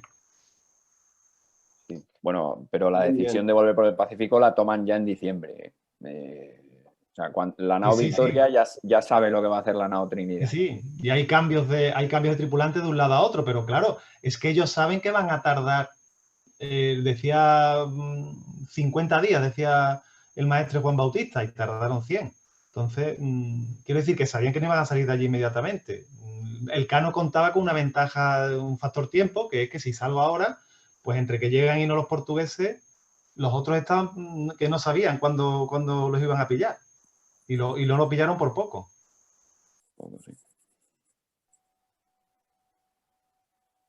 Gracias. Bueno, muy bien. Seguimos. Han pedido la palabra, creo, Benjamín, Paco Mellén, Juan Carlos Rey y Sergio Castro. No sé si alguno de vosotros la ha pedido o era simplemente un gesto en el chat. Pero según mis notas, Benjamín, adelante Benjamín, no sé si la llegaste a pedir o era un gesto en el chat. Adelante Benjamín, en cualquier caso. Que en principio la explicación de Tomás me parece muy buena, sensacional, y mi aportación es poner en valor las capacidades marineras, las extraordinarias capacidades marineras de Elcano. Elcano, cuando toma la ruta del Índico, independientemente del motivo, lo que está claro es que toma una ruta ortodrómica. Si analizamos en conjunto toda la traza de la navegación, viene a ser una derrota ortodrómica. Eso es entonces imposible. No saben calcular la longitud y para trazar una ortodrómica, como sabemos, es un arco del círculo máximo, resulta que necesitas saber la longitud. Ellos no lo saben y, de hecho, como hemos visto antes, se equivocan y entran en la costa oeste del sur de África porque piensan que ya habían pasado. Pero, en principio, el poder desarrollar una ruta, insisto, ortodrómica, es unas habilidades marineras impresionantes en aquella época. Yo creo que la toma de decisión que se puede hacer respecto a una asamblea de toda la tripulación, qué opciones se toman, tiene que estar muy condicionada por la opinión de Elcano. Elcano es un gran marino, como estoy diciendo, y creo que su opinión va a tener peso respecto a los demás tripulantes. Y nada más que esto. Muy bien, Benjamín, muchas gracias por esta decisión náutica tan interesante. Y a continuación, Paco Mellén, que ya nos había adelantado algo en el chat, también de mucho interés. Adelante, Paco. Paco Mellén. Había puesto en el chat teniendo una conversación con Borja Guinagalde, él me había dicho que en el Archivo General de Simancas existían documentos sobre Elcano. Claro, estos documentos posiblemente sean anteriores al viaje, no lo sé porque no los he tocado, pero preguntaba tanto a Braulio como a Tomás si tenían conocimiento de estos datos. Eso por una parte. Y por otra, lo que ha dicho tanto Tomás como Benjamín, estoy de acuerdo en la ruta que siguió Elcano. Hay que tener en cuenta que tanto en los documentos que habéis tocado, y que están al servicio público, se dice que iban recogiendo pilotos tanto de Timor, de Ambón y de otras islas. Posiblemente, ya digo, entre comillas, algunos de esos pilotos y con la unión de los pilotos que llevaban los españoles, pues tomaron esa ruta suponiendo que era más factible de ir hacia el sur sin que los portugueses los pudieran coger. Nada más. Muchas gracias. Gracias a ti, Paco. Como siempre, Tomás y Braulio, siempre las balas van lanzadas hacia vosotros. ¿Por qué será? ¿Qué podéis decir de estos documentos del Elcano en el archivo de Simancas? De los documentos del Elcano yo nada, no lo desconozco por completo. En cuanto a lo demás que comentas, Paco, el tema de pilotos, lo de los pilotos sí que está acreditado que pensaban acompañarles hasta Timor. No sabemos si uno o más de uno, pero el rey Al-Mansur les cedió pilotos que les supieran guiar hasta Timor, ¿vale? O sea, ese tramo inicial que Elcano buscó evitando el monzón, dirigiéndose al sur, que le llevaba a Timor, ahí sí tuvo la ayuda de al menos un piloto. Sin embargo, de ahí en adelante ya no hay mención. No he encontrado yo mención en ningún sitio a que también algún piloto le pudiera haber dado siquiera algún tipo de indicación. Probablemente sí. O sea, alguien que navega en Timor, porque no va a haber navegado al menos en los alrededores de Timor, en una zona aunque no fuera demasiado alejada, ¿no? Y le podía haber dicho, mira, llévate cuidado que por aquí vienen unos tifones fuertes o lo que sea, ¿no? Pero de cara a la travesía del Índico ya, al menos lo único que puedo decir es que no hay en la fuente nada que nos dé base para poderlo afirmar. Y comentabas, me parece también... No, bueno, ya está, esto y lo de Simancas. Lo de Simancas, no sé, Braulio, si habías oído tú algo o has comentado algo con Borja, ¿no? Sí, que yo recuerde, hablo de memoria, lo tendría que comprobar y si lo encuentro, lo mando, lo pongo a disposición de todos. Creo recordar que había referencias a la actividad anterior del Cano, a todo esto de los servicios que prestó en el norte de África y en la cuestión de la, digamos, de la venta ilegal que hizo del barco, etcétera. Pero en Simancas, que yo sepa, referente al Cano en cuanto al viaje, más allá de referencias a la venta del clavo y a cuestiones ya económicas que más atañen a Cristóbal de Haro, me parece recordar que no, que es de la parte anterior. De todas formas, yo lo busco con los compañeros de Simancas, me pongo en contacto y lo pongo a disposición de Paco y de los demás. Muy bien, Braulio, muchas gracias. Pasamos a Juan Carlos Rey.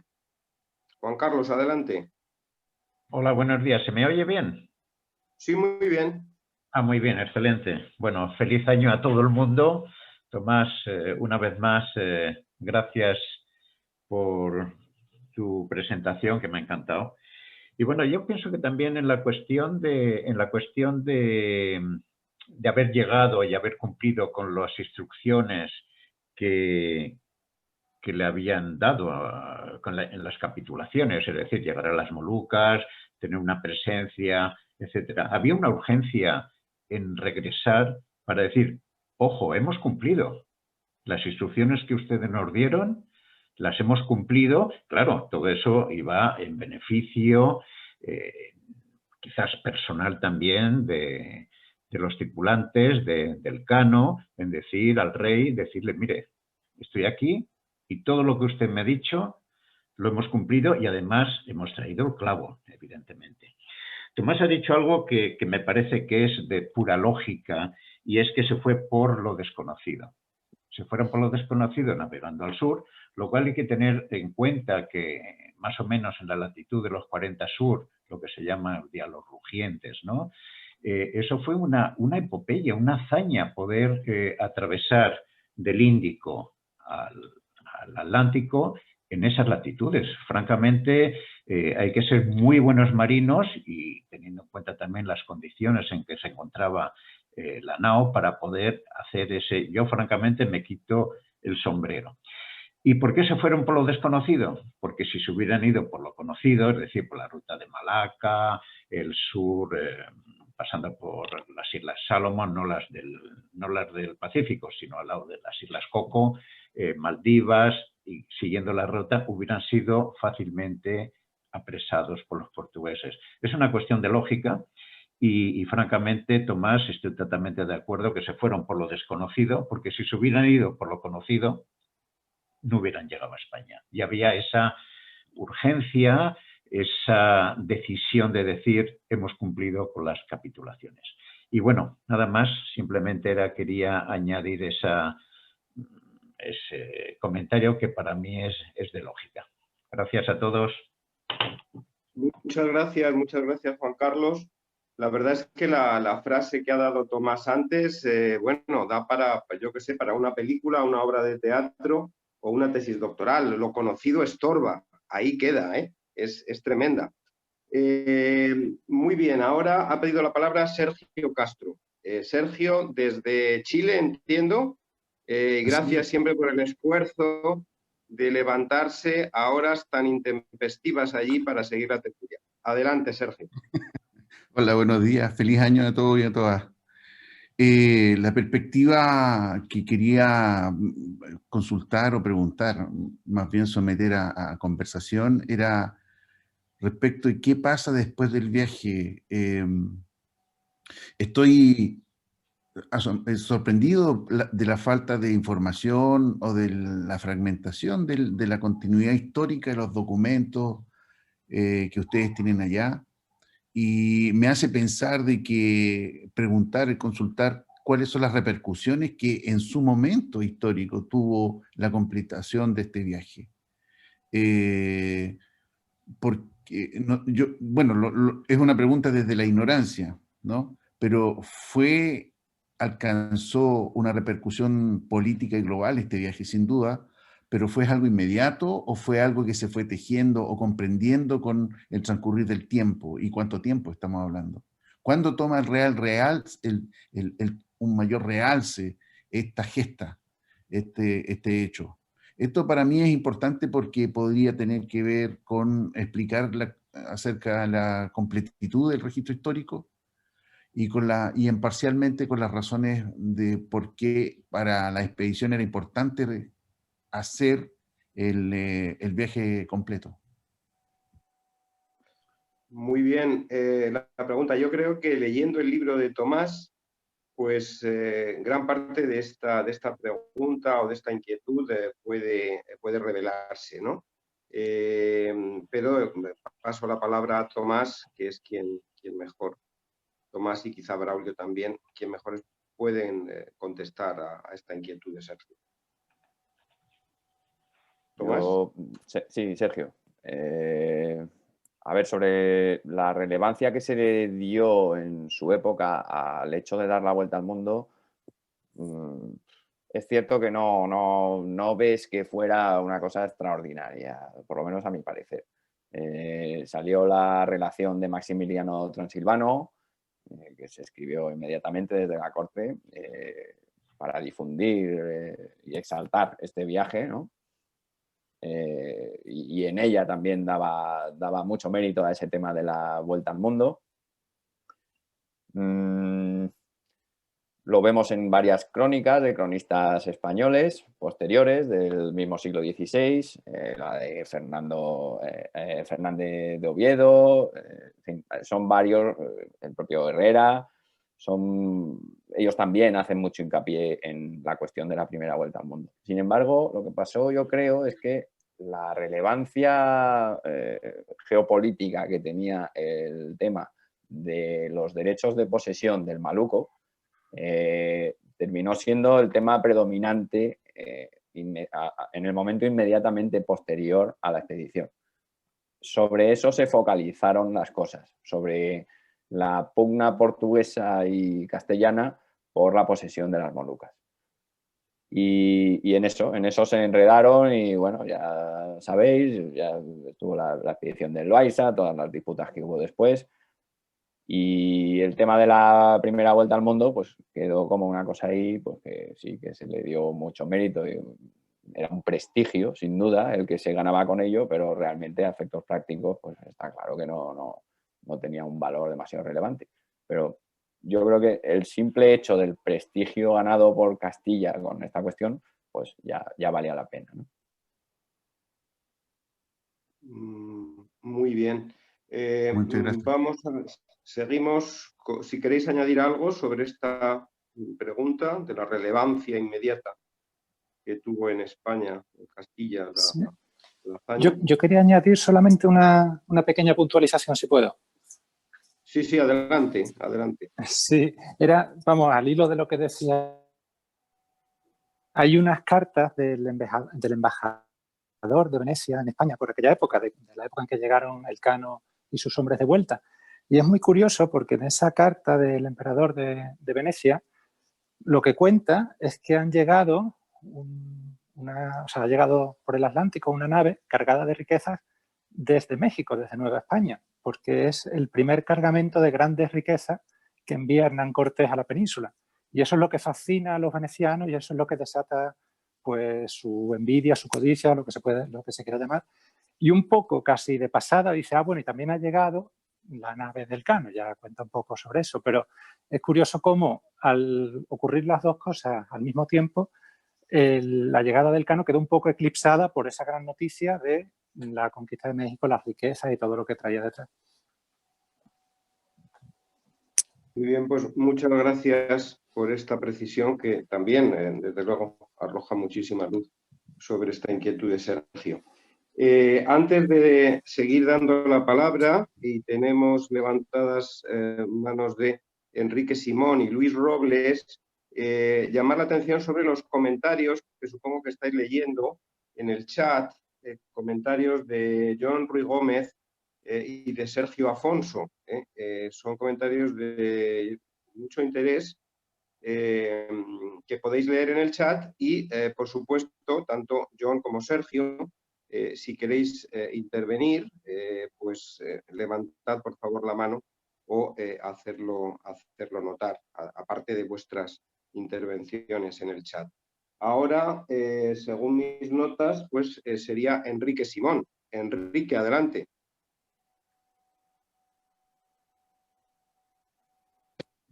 ¿Me oís? Sí, ahora. Disculpad, pero con mucho... tengo dos pantallas abiertas porque no estoy con el iPhone por un lado y no veo bien.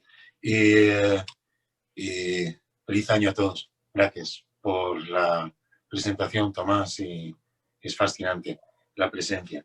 Yo, desde la ignorancia mantenida, incido en este apasionante viaje y decisión, ¿no? Yo antes tenía muy claro que simplemente habían calculado que la ruta era más corta, a pesar de que tenían que haber recorrido todo este paraje desconocido, pero la decisión era o bien recorrer el paraje nuevo, desconocido, o bien volver por donde se había venido, ¿no? Por la nueva ruta.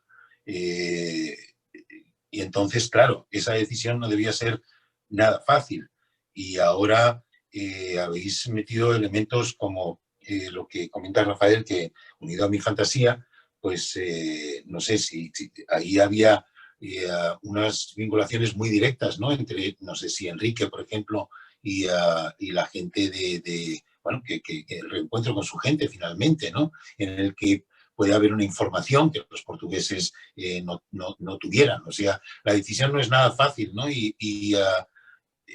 Cuando has acabado la exposición yo estaba completamente convencido, Tomás, de que era una decisión casi épica y ahora me planteo si lo que hay es simplemente una decisión de supervivencia y que dentro de eso, además, como buen marino, dice, caray, y es que hemos dado la vuelta al mundo, que es lo más importante, a pesar de que todo el mundo esté hablando del dinero, de no sé qué, etcétera, etcétera, lo más importante para nosotros, para mí, es esto, ¿no? Pero que esa fuera la motivación principal, se queda ahí en el aire, ¿no? Entonces la pregunta es, son dos, una, desde la fantasía, ¿cuál era la relación Elcano-Enrique?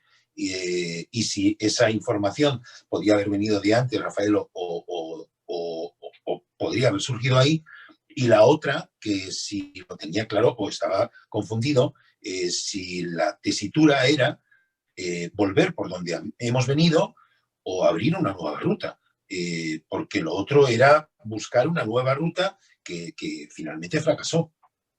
Gracias. Muy bien, gracias, Enrique. Pues bueno, adelante, Tomás, con las respuestas. Vale, lo de Enrique con Elcano no parece que fuera una relación precisamente fructífera, ¿no? Elcano acusa a Enrique de haber sido un instigador del convite, de aquella traición en Cebú, ¿vale? Entonces... Lo fue. ¿Cómo? Lo fue, ¿no? A ver, también lo dice Pigafetta y lo dice Elcano.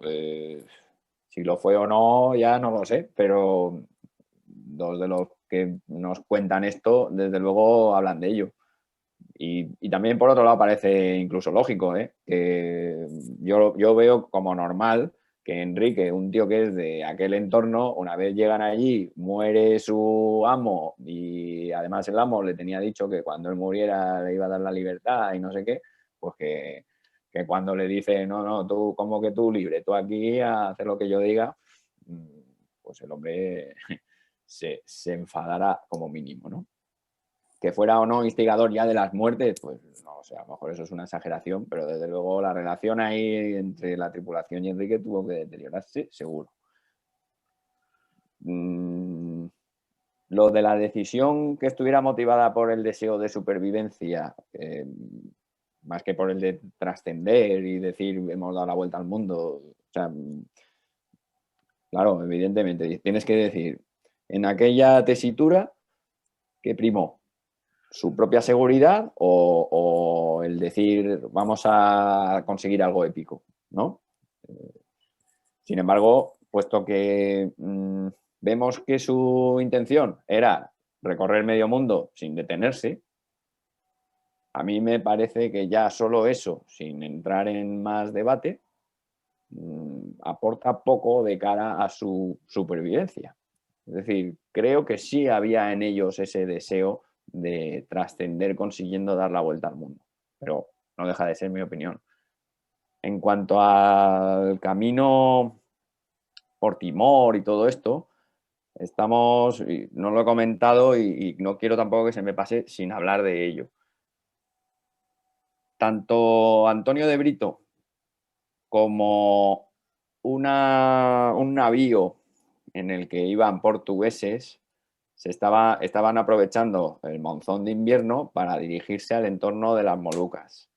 Antonio de Brito acudió a las Molucas y llegó en mayo de 1523, un mes después de que saliera de allí la nao Trinidad, pero también sabemos que pasaron unos portugueses por Timor, que fueron los que encontraron a Martín de Ayamonte y a Bartolomé de Saldaña allí, a los que habían huido, y lo hicieron justo un mes escaso después de que hubiera pasado por allí la nao Victoria, ¿vale? O sea, el camino aquel a Timor no estaba exento todavía del riesgo de cruzarse con navíos portugueses que hacían el recorrido hasta las Molucas, recorriendo todo el arco de islas desde Malaca, Sumatra, Java, y ya después se iban a las islas de Banda, que estaban al sur de las Molucas.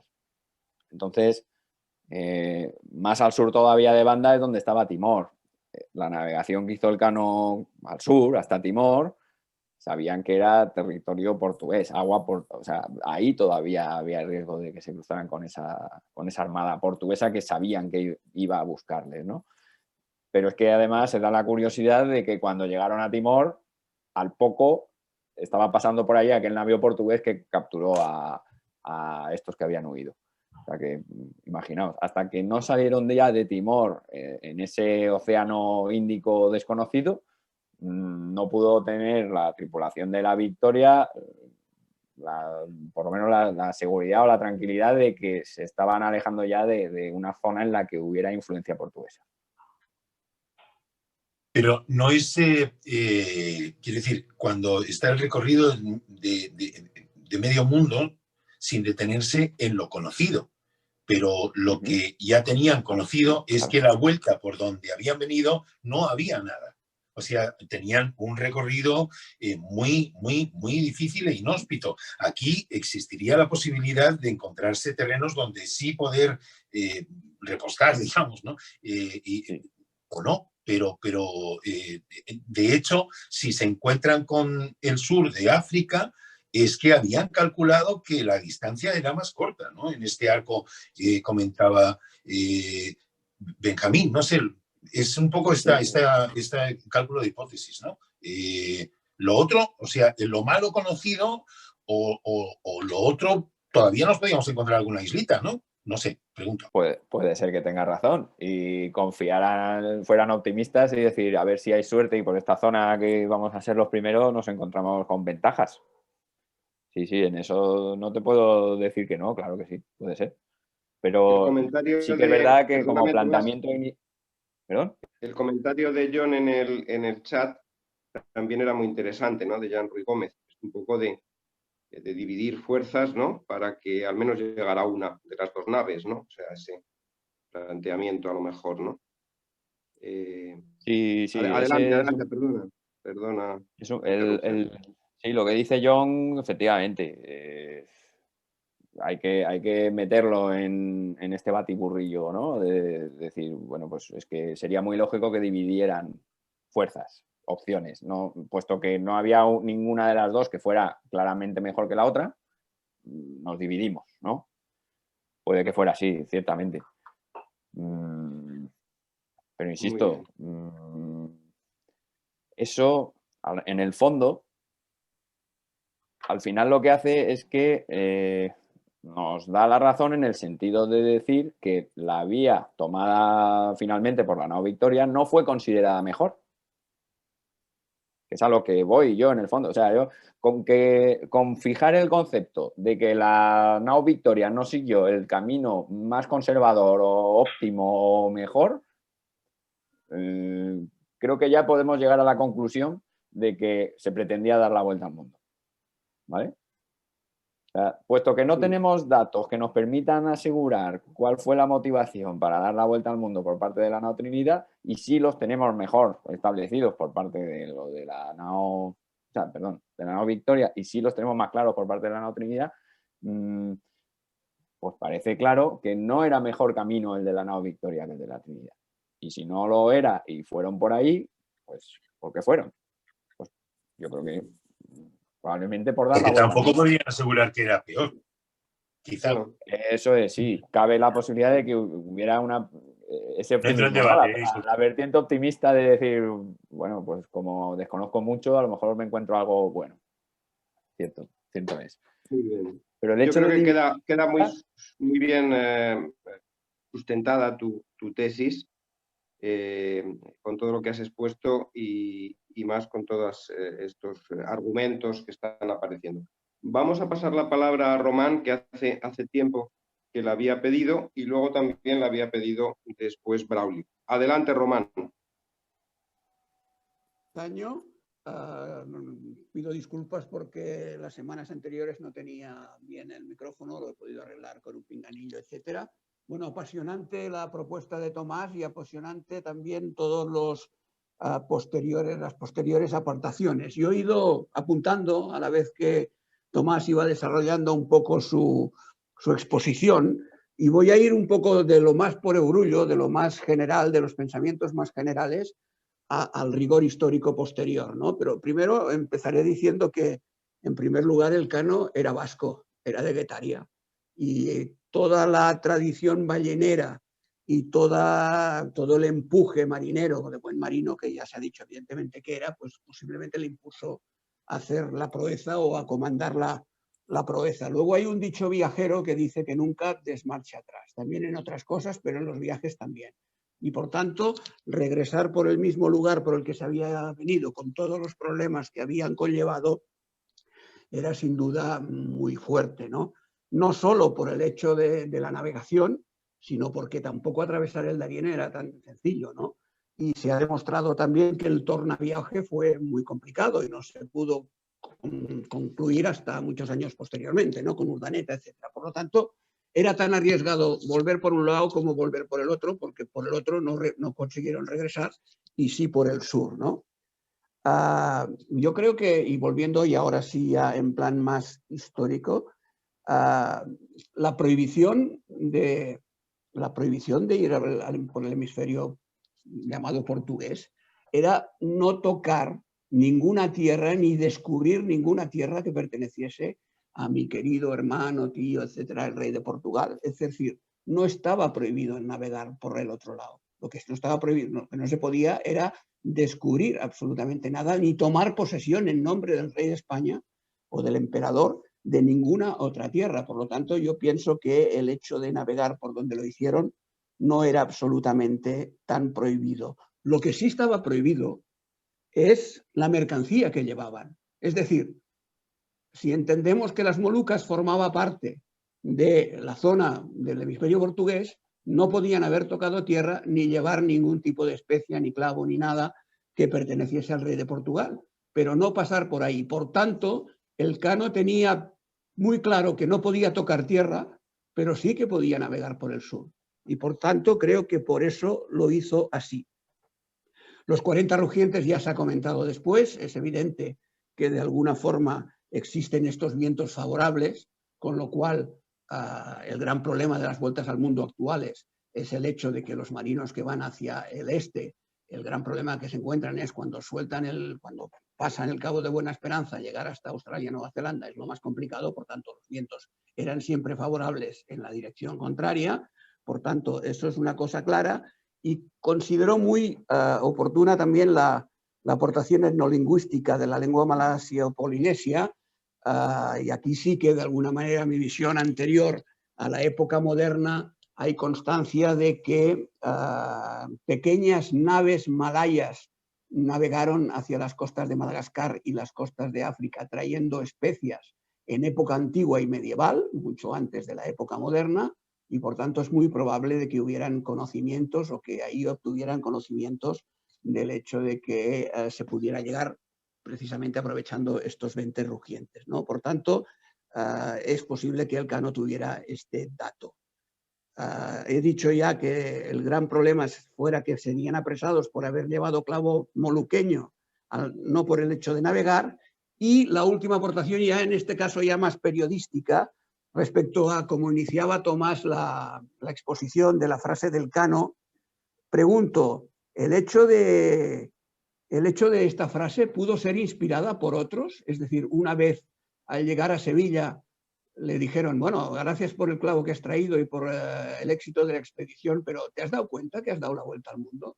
Porque imagino que la carta es posterior a la llegada a Sevilla y no durante la propia navegación. Gracias a todos. Gracias a ti, Román, por este magnífico resumen. Y Tomás, ¿qué piensas, no? sobre este último comentario de Román? De esto último, Román, Elcano escribió la carta desde la propia nao en Sanlúcar de Barrameda el mismo día o la misma noche que llegó. Y a los 2 días ya estaba en Sevilla, ¿vale? Y de modo que no creo que tuviera ocasión de hablar prácticamente con nadie. Allí les atendió en Sanlúcar el práctico del puerto, eso está claro, y también un marino que había por allí que prestó su nao. No sé, poco más que esas 2 personas fueron las que tuvieron contacto con la gente de la nao Victoria así de primeras. Y la carta la escribió con urgencia. Luego, ya aparte de todo lo que comentas, sí me gustaría aclarar el tema de la navegación del Índico. Los vientos allí son muy difíciles siempre para navegar a vela. Pero en el caso de que uno lo haga a día de hoy, lo lógico es hacerlo desde el Cabo de Buena Esperanza hacia Australia. Era el sentido que manejaban en la época ya en la que los ingleses sí ya tenían posesiones en Australia. Ese era el sentido de navegación que ellos manejaban. Lo cual le da más valor a la navegación del Cano. Para mí encumbra el Cano como el mejor marino de todos los tiempos el hecho de conseguir atravesar el Índico pese a los vientos que encontró en él. Cuando estuve desarrollando día a día la derrota en el mapa este de Google y ibas viendo el derrotero de Francisco Albo, te das cuenta de que hay varios episodios en los que pasan días, 5 días en uno, 7 en otro, en los que están con el barco al reparo, como decían ellos, o sea, se quedan al través, sin vela, contra la ola, ¿vale? Poniendo proa a la ola y esperando a que amaine el temporal. Era un mar verdaderamente difícil aquel para navegarlo en el sentido en el que lo hizo Elcano, le da más mérito todavía. Y lo de Tordesillas y el hecho de que lo prohibido era llevar la carga, pues mira, respecto a esto que dices tú, cuando les detuvieron en Cabo Verde, el factor de Cabo Verde dijo que lo hacía por llevar especias, ¿vale? No por otra cosa. Ese era el punto en el que él hacía hincapié, sobre el que no podían, estaban incumpliendo los de la nao Victoria, llevar especias, y solo Portugal podía llevar especies. Muy bien, Tomás. No, que ¿Sí, quería Román? decir que, perdón, no, que quería decir que mi libro está a punto de salir y que además voy a no de salir, perdón, de entregar. Lo entrego esta semana que viene, que me lo preguntó el moderador la última vez y no tenía el micrófono, por lo tanto y tal, y evidentemente voy a recoger todo lo hablado hoy porque me parece realmente interesante y evidentemente apasionante. Gracias. Qué buena noticia. Cuando salga a la venta el libro de Román, yo os sugiero a todos que hagáis lo mismo que os pido ahora que hagáis con el libro de Tomás. Cuando vayáis al Corte Inglés o a cualquier librería importante, pedir el libro de Tomás y a ver si así conseguimos que la distribuidora, que la editorial, haga una distribución más potente, porque parece que el Corte Inglés estaba, según me comentaba Tomás al principio, a punto de comprarlo, vamos, para venderlo allí, pero yo he estado en varios cortes ingleses y no lo he visto, ¿no? Entonces, bueno, nosotros desde nuestra parcelita, pues podemos a lo mejor hacer una pequeña presión, pues preguntando por los libros editados de los contenidos. Bueno, ya va siendo la hora del aperitivo. Hay dos turnos todavía de palabra pedidos. Braulio, en primer lugar, y Pedro Bonet, que acaba de levantar la mano. Adelante, Braulio. Sí, no, bueno, dos matizaciones. Aprovechando que he estado un momento con el internet cortado, pues he aprovechado para buscar una referencia que me sonaba bibliográfica sobre la navegación en el Pacífico y en el en el Pacífico, digo bien, y en el Índico, previo a la expedición de Magallanes, que bueno, eso se lo debo a mi compañero en el Archivo de India, el actual subdirector Guillermo Morán. Bien, pues hay un dato muy interesante, lo voy a poner ahora en el chat, un autor, un francés, Pierre-Yves Mangal, que se titula, es un artículo en inglés que se titula La conexión Maldiva. De manera que, por lo que hemos comentado esto antes Rafael, sobre las lenguas, la lengua malgache, que pertenece al grupo de las lenguas malayas, resulta que este autor lo que postula es que, bueno, esta conexión se remonta a antes de Cristo, no antes de nuestra era. Durante el primer milenio hay sucesivas poblaciones y mezcla también con bantúes, con árabes, pero la conexión, por lo que se deduce, según él, de las características de la lengua y de los barcos, de la técnica pesquera y de la técnica de navegación, estaría en las Maldivas, que es precisamente la ruta que defiende Rodas y Albo frente al Cano. Es decir, que lo que sí le podrían haber dado una pista, ahora que conecto, yo antes no se me había ocurrido, pero claro, ahora conectando lo que estamos hablando, lo que podrían haberle dicho los nativos es que había una ruta para ir por las Maldivas y habrían aprovechado para reparar el barco, la Victoria, y llegar a Madagascar, a la isla, a la ruta que tenían ya establecida desde hace tiempo, pero no por el Índico Sur, creo yo. Y después lo único que tenía que decir respecto a Román, que ha comentado algo, el Tratado de Tordesillas, en efecto, no prohíbe explícitamente la navegación, siempre que sea para navegar desde España a un territorio asignado a España, que en este caso era América. Lo que sucede con el tema de las especies, que las especies en ningún momento lo prohíbe Tordesillas, que cargue España, el problema era la discrepancia entre Portugal y Castilla entre a quién correspondían las Molucas. Claro, el clavo, según los portugueses, y por eso estaban boicoteando la expedición, pero no hay referencia a que España no pueda cargar clavo. Lo que sí dicen los portugueses es que las Molucas o el sitio donde solo crece el clavo son suyas. Y básicamente era eso. Gracias. Muchas gracias, Braulio. Pedro, adelante. Y ya está, ya tengo el micro. No, yo también me he conseguido el libro y comentar a Tomás, además lo he comenzado, está estupendo. Lo que pasa es que quiero, antes de meterme a fondo con él, terminar otras lecturas que estoy rematando ahora. Encargué el libro en la librería de la Central de Callao, aquí en Madrid, y al cabo de 15 días no me lo habían traído. Entonces fui a protestar me dijeron, bueno, es que es un distribuidor que no lo pedimos a otro, tardaron otros 5 días y entonces fui a desencargarlo, pero también enfadándome un poco diciéndoles, porque bueno, solo basta ver la portada muy bien presentada además y el tema de actualidad y todo, con una librería como La Central, ese libro tenía que tenerlo ya. Entonces, bueno, me fui a la Casa del Libro, donde lo tenían bien expuesto y demás, y ya lo compré. Pero bueno, era solo señalar esto, que la dificultad en una librería como La Central, que yo no lo he entendido, la verdad, además les he criticado por ello, que no... Y nada, pues muchos saludos y feliz año a todos y vaya nevada, ¿eh? Aquí en Madrid, impresionante. O sea, en esta calle, Bocacalle de la calle del Pez, calle San Bernardo, como 50 centímetros de nieve. O sea, están los volardos cubiertos y, bueno, impresionante. Muy bien, Pedro, muchas gracias.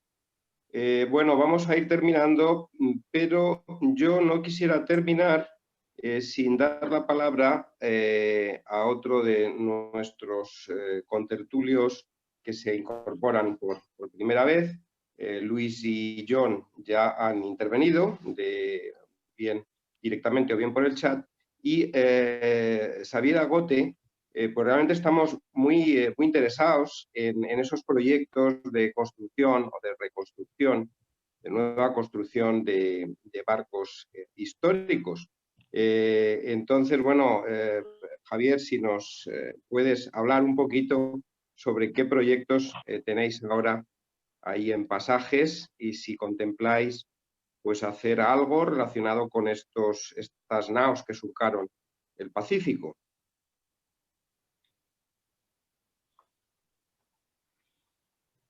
Sí, Javier. Sí, ¿ahora me oís? Sí, perfecto, ¿no? Perfecto, vale. Adelante. Gracias, Javier. Un placer conoceros a todos y quería aprovechar la oportunidad para saludar especialmente a Tomás, porque quería felicitarle por esa aplicación del derrotero del Cano que uso muchísimo. Me ha parecido una gran joya, mejor dicho. Que tiene un valor muy práctico para quienes estamos apasionados por estas cuestiones. Dicho eso, yo no comparto muy bien la teoría de Tomás de que la decisión del Cano tuviera que ver con querer ser el primero en dar la vuelta al mundo, aunque sí es cierto que esa motivación estaría muy arraigada en la costa vasca, porque es algo, desde el punto de vista sociológico, los retos imposibles en el deporte rural están muy vigentes, levantar piedras muy pesadas y cortar troncos enormes con hachas y este tipo de cosas, pues bueno, estoy convencido que con el vecino tendría un efecto importante, aunque en esa época en la que, como habéis comentado alguno de vosotros, efectivamente no debió tener mucha trascendencia, igual porque no teníamos esas redes sociales como tenemos ahora y el mundo tal vez no estaba tan bien comunicado. Yo creo que tal vez fue una justificación de haber realizado esa navegación que estaba tan prohibida en aquel entonces, ¿no? Es como decirle al rey, bueno, al menos he conseguido hacer esto, ¿no? Para tu gloria. Es una interpretación, obviamente, no sé si se ajusta a la realidad, pero sí hay un factor muy importante para mí y es que algo fundamental para todo buen navegante, como lo era el Cano, era tener muy, muy en cuenta el conocimiento local. Y las Molucas es una cultura eminentemente del Océano Índico. He tenido la oportunidad de visitar esas islas varias ocasiones y en una de mis visitas estuve con un grupo de arqueólogos que me comentaban que ya en el siglo IX en las Molucas construían barcos de 30 metros de eslora. Entonces, bueno, había muchísimo conocimiento. Es cierto que muchas veces desde nuestra visión tenemos una cierta visión eurocéntrica respecto al indigenismo, ¿no? A veces tenemos una mirada un poco condescendiente, me refiero desde un punto de vista muy general, ¿no? Y solemos de vez en cuando pues no tener en consideración que había culturas que en momentos claves pues podían superarnos en muchas cuestiones. Y yo creo que es el caso de esas islas, ¿no? Eran excelentes marinos y yo creo que el Cano tuvo muy en cuenta los consejos que recibió. Bueno, eso un poco para transmitiros mi opinión respecto al debate de hoy. Y por otro lado, bueno, lo que hacemos en Albaola, que es una asociación cultural del patrimonio marítimo, estamos en Pasajes, al lado de San Sebastián. Lo que hacemos es recuperar embarcaciones de diferentes épocas y en este momento pues tenemos varias embarcaciones en construcción, pero la más destacada es la nao San Juan, que es un galeón ballenero del siglo XVI que fue descubierto por el gobierno de Canadá en el año 78 en las costas de Labrador, y que después de realizar una investigación modélica que duró 30 años, pues al final nos proporcionaron toda la información técnica y en este momento estamos muy cerca de concluir la construcción del barco después de 6 años de proceso.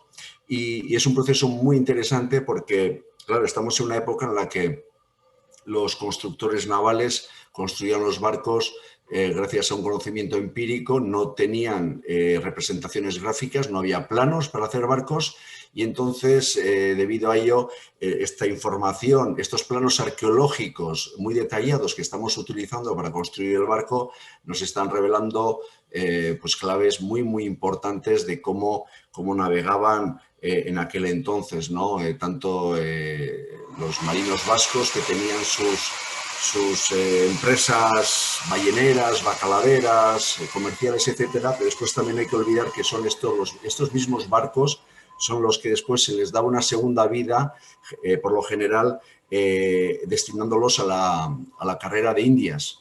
Son los mismos barcos que se vendían en Sevilla y que después de acondicionarlos, porque los adquirían después de una vida muy, muy exigente, después de navegar por las rutas árticas, ¿no? entre hielos y, bueno, una serie de rutas muy complicadas, después se les daba la segunda vida de la carrera de Indias, ¿no? Entonces, bueno, este proceso es muy interesante y por eso estoy muy contento de compartir este foro con vosotros. Gracias por haberme invitado y, bueno, tal vez en alguna otra ocasión pues tenga la oportunidad de daros más detalles sobre el trabajo que estamos realizando. Muchas gracias, Xavier. También aprovecho para dar las gracias a mi cuñado, a Paco Mariscal, que hizo de enlace. Y bueno, se ha hablado incluso de hacer una excursión. Hay algunos contertulios que están animados a subir a Pasajes para visitar el astillero, los talleres y, bueno, supongo que también para aprovechar esa gastronomía incomparable que tenéis ahí. Y yo os desde invito a todos, quiero decir que bueno, me avisáis, lo organizamos y yo mismo os hago la visita guiada y esperando que os guste, porque además estamos haciendo otros barcos, como os he dicho, estamos a punto de botar un patache del siglo XVIII, un barco bastante impresionante, no tanto como el galeón, pero bueno, estamos hablando de una embarcación del siglo XVIII que era utilizada principalmente por los corsarios, por sus características, en fin, me gustaría enseñaros personalmente y de primera orden. Oye, pues te tomamos la palabra. A mí desde Manila me es un poco más difícil, pero bueno, a ver si en verano, cuando vuelva, pues puedo unirme a la excursión. Y bueno, aprovecho también para pediros ponencias, nuevas ponencias. Todavía hay algunos temas por ahí esperando, pero ya nos estamos quedando sin ponencias, con lo cual, por favor, quienes queráis compartir alguno de los temas que domináis relacionados con el tema de la tertulia, pues comentarlo, me escribís, me ponéis un email para ir confeccionando ya el calendario de esta segundo año ya de la tertulia. Muy bien, a ver, en el chat hay algunos comentarios que acaban de entrar. Me dice Paco que efectivamente que informe a John y a Xavier y a Luis también de la carpeta compartida. Tenemos la información que va saliendo en las tertulias, referencias biográficas, vídeos, etcétera, en una nube, en una carpeta compartida que gestiona Paco Moreno. Entonces podéis tener naturalmente acceso a esta carpeta, y también tenemos, para quien lo quiere, quien lo permita, tener una breve referencia de cada uno de nosotros, con 2 o 3 líneas sobre nuestra actividad principal relacionada con el tema de la tertulia, y también la autorización para hacer público el correo electrónico. Hay personas que prefieren mantenerlo oculto, por eso siempre os hago la invitación a la convocatoria en copia oculta. Pues muy bien, yo creo que ha sido todo un éxito esta primera tertulia de 2021, creo que casi récord de participación, me da la impresión. Se supone que está grabándose, también esa es otra cuestión, tenemos casi todas las sesiones grabadas. Si tenéis interés en revisar alguna de las ediciones anteriores, pues me lo comentáis y yo os pasaría el enlace. Estos enlaces no se pueden colgar en la carpeta por cuestiones técnicas, pero bueno, yo las tengo todas las grabaciones. Muy bien, pues nada más, desearos muy feliz año, muy feliz cuesta de enero, y que, en fin, que la nieve o el deshielo no os cree muchos problemas a los que estáis en zona nevada. Juan Carlos ríe porque entiendo que en Túnez, aunque hará frío, te veo abrigado, pero la nieve no creo que llegue hasta Túnez. Muy bien, pues... solamente deciros que hoy hay viento sur y hoy estamos ya a 24 grados, cosa que va a cambiar mañana o pasado, vamos a bajar otra vez. Pero bueno, 2 días a 24, 26 grados no viene mal ahora. Gracias. Bueno, qué envidia. Muy bien, me decía Paco Mellén en el chat que había invitado a Susana García del Museo Naval. Me parece un fichaje fantástico. Por supuesto, tener la libertad de invitar a quien queráis, o bien directamente, o bien me pasáis el email. Y como veis, pues muchos de nuestros magníficos fichajes se han producido de esta manera, ¿no? Con propuesta de alguno de los contertulios. Muy bien, pues feliz año. Y nada, en 2 semanas, pues tendremos la próxima sesión. Todavía no hay tema definido, aunque hay uno en la recámara que espero se confirme. Y nada más, abrazos a todos, seguimos en contacto.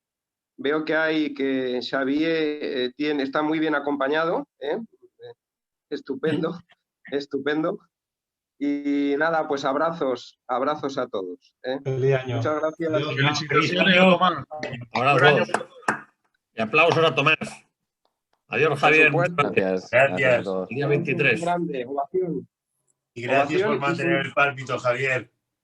Bueno, gracias a vosotros. Y conseguid el libro. La verdad es que casi todo, a pesar de que Tomás tiene el pesar de que se ha tenido que omitir por imperativo del editor muchas de las cosas, pero está muy bien. La verdad es que casi todo está ya en el libro.